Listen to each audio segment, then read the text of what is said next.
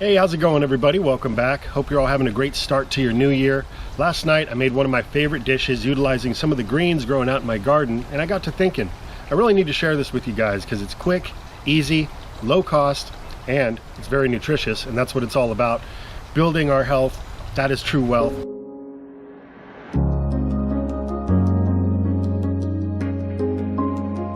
And just check out all these beautiful greens growing around, these perennial kales and collards. Such an asset for us in this household. We like to come out here nearly on a daily basis and harvest a few leaves and throw them into our various dishes. And it's just so powerful because we're saving money, we're getting the freshest food. And greens, kale and collards in particular, are some of the highest nutrient dense foods on the planet. We're talking high in fiber, calcium, protein, all sorts of different vitamins and minerals. It's something you should try to include into your diet. And the key to make sure that you're eating plenty of greens, and we just had some rains out here, so we got nice water droplets all over the place, is to make it taste good. So today's recipe is going to accomplish that. Like I said, quick, easy, low cost. So without further ado, let's get to harvesting. So my favorite way to pull a harvest of greens is a little here, a little there. We've got lots of varieties, and there's no need for us to just focus on one plant. This way we keep the plants looking nice and full, and at the same time we're getting a variety of some of these different greens. I want to show you this amazing perennial green. It's got that curly kale look to it. These are perfect for kale chips. Now if I thin this out and take a bunch of cuttings off of here, it's going to allow the plant to focus its energy on the remaining tips and leaves, and they can get much larger. Or I can leave it like this, nice and dense, and have a bunch of nice sized leaves for soups, salads, or throwing in my air fryer, which is my favorite way to make kale chips these days. So you can see we've got another perennial green over here, and it's got the same leaf structure as the plant over there, again grown from seedling. But now on these new growth tips, you see it's like almost changing into a whole different plant here.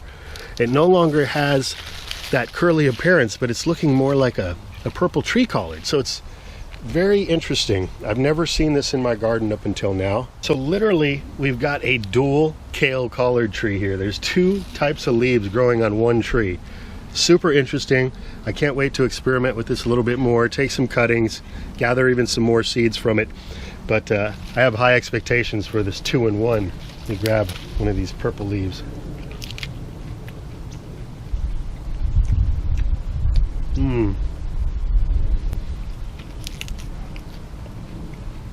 That's good.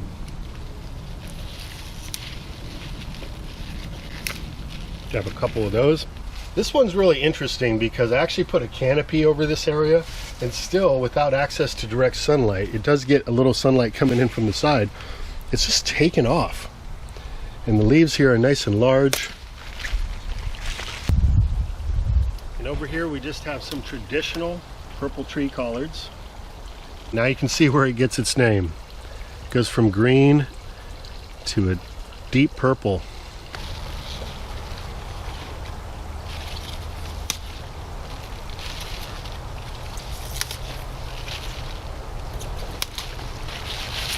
So that's a good harvest for this meal, the soup that we're about to make. So let's head on into the kitchen now. All right, so we got our fresh picked organic greens from the garden. We got a pot to make our soup in. And what we're gonna be doing today is making a hot and sour soup. One of my favorite soups, especially in the wintertime. And you can buy these mix packs for a couple dollars. They're available at most grocery stores. You can get them online as well. Super easy. The actual work involved to make this soup is about 2 minutes. Total time until the soup's done, 10 minutes. All you need is water and one of these packets and a single egg, which is optional, but I do recommend including an egg as well because it does thicken up the soup and changes the flavor dramatically. So I'm just going to turn this up to high to get things going. I'm just going to add in a couple cups of water. I'm going to add a little bit water after I get the process going as well. And then I'm just going to destem, take the ribs out of all these leaves, and you can tear it down to bite-sized pieces as well.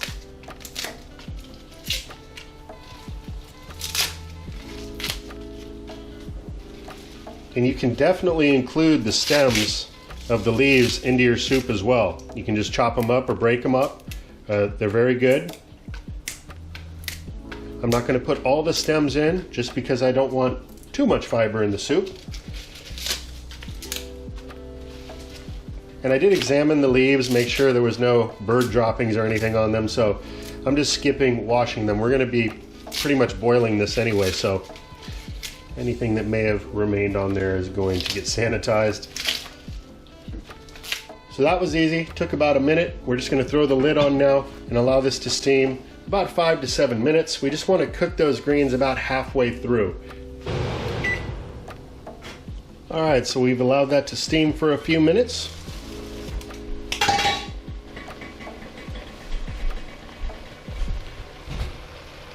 As you can see, it's reduced down really nice.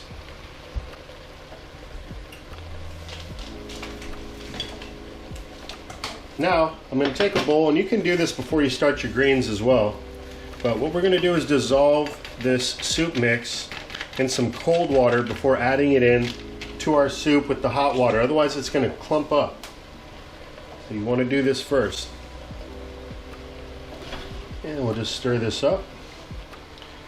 Get it all dissolved.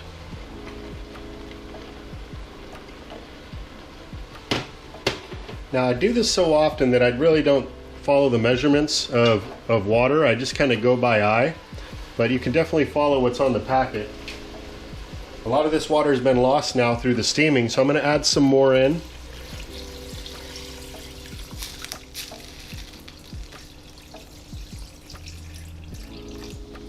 Alright, so we're just going to let this heat back up. I still got the temperature up there on high. While we're waiting for that, I just want to mention to make this recipe your own and get creative with it. It's a lot of fun.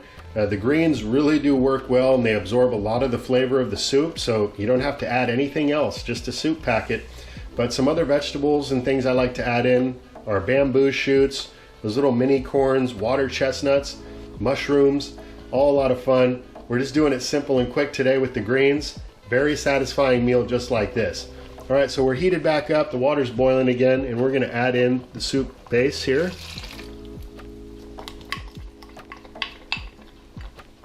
Just give this a little stir.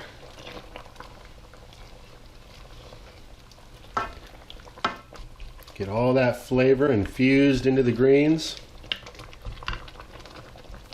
Alright, so now for the egg. The trick with this is you want to break it in and then just kind of slowly break it up, and don't stir it too vigorously or break it up too much, because you want little chunks of egg to develop in your soup. So here we go. Okay, we're just going to stir this in. Again, not over stirring, just enough to break that yolk and get the egg white mixed into the whole soup and the greens here. That's good. I'm going to turn this temperature down to low. Now we're just going to let this go for a couple minutes and we're ready to eat. We're going to go ahead and turn this off now, and I highly recommend getting yourself some of these traditional soup spoons to eat your hot and sour soup. Works great, especially when you got the larger leaves in the mix as well.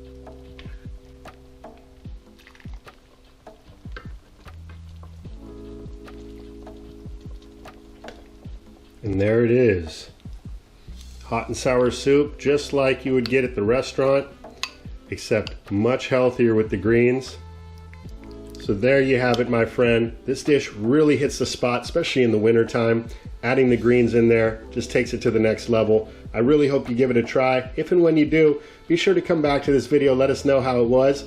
And so with that, I want to thank you all for watching. Have yourself a great rest of the night. Until next time, this is Dan from plantabundance.com. Take care, I'll be talking to you again soon.